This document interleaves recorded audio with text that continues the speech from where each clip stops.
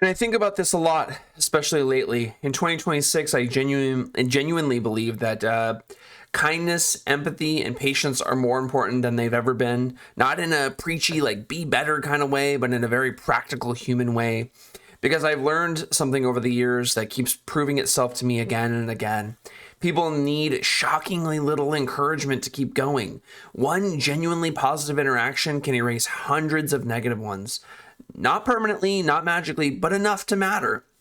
It can be something incredibly small, buying a coffee for someone behind you, helping someone with their groceries, letting someone cut in line, leaving a kind comment from a video that you don't have to, saying hello to a neighbor instead of pretending you didn't see them. These moments feel insignificant while you're doing them, but they can be enormous for the person on the other side. What most people don't realize is that almost everyone is carrying something heavy. You don't see it, you don't get a warning label, but it's there. People are dealing with illness, loss, anxiety, financial stress, loneliness, creative burnout, or a quiet sense that their life isn't quite working the way that they had hoped it would. And often they don't need advice, they don't need solutions. They just need one signal that they're seen. I know this because I felt it myself. There have been days where a single kind message, just a few words, has completely changed my mood. Someone taking the time to comment on a video and say, this really resonated with me, or you have so much potential, you deserve more views. Those comments don't fix my life, they don't solve my problems, but they remind me that what I'm doing matters to someone. And that reminder carries real weight. I've also experienced kindness in the real world in ways I think about losing my wallet and having someone turn it in instead of taking advantage, someone letting me cut in line at coffee. These small acts, they're small, but they resonate. Something fundamental, faith in people. The problem isn't that humans aren't kind. The problem is that we're all distracted and busy and afraid.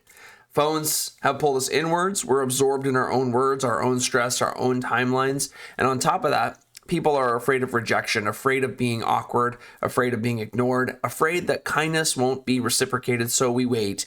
We wait for someone else to start. We wait for the system to change. We wait for the right moment.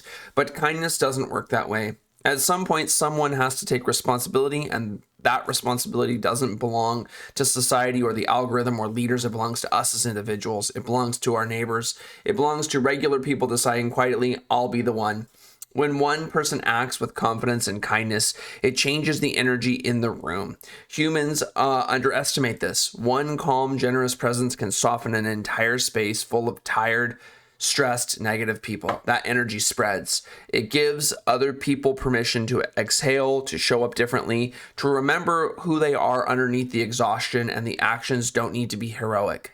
Cook food for someone who didn't ask, bake cookies, bring a meal, buy someone's groceries, invite a neighbor over for tea, say hello, check in, leave a thoughtful comment, send a message you've been meaning to send but keep putting off. These things sound almost embarrassingly simple, but that's the point. Encouragement doesn't require brilliance, it requires intention. We live in a strange contradiction. We are more connected through technology than ever before, and yet we have never been more disconnected from one another. We know people's opinions, but not their struggles. We see highlights, but not exhaustion. We scroll past humanity at high speed, and I don't think this makes people bad. I think it makes them tired. That's why encouragement matters so much. It's a counterweight. It's a reminder that despite everything, despite the noise, the pressure, the cynicism, there's still room for decency, still room for neighbors, still room for small moments that quietly change the trajectory of someone's day, week, or life. If there's one thing I hope people take seriously moving forward, it's this. Don't underestimate the power you already have. You don't need permission. You don't need a platform.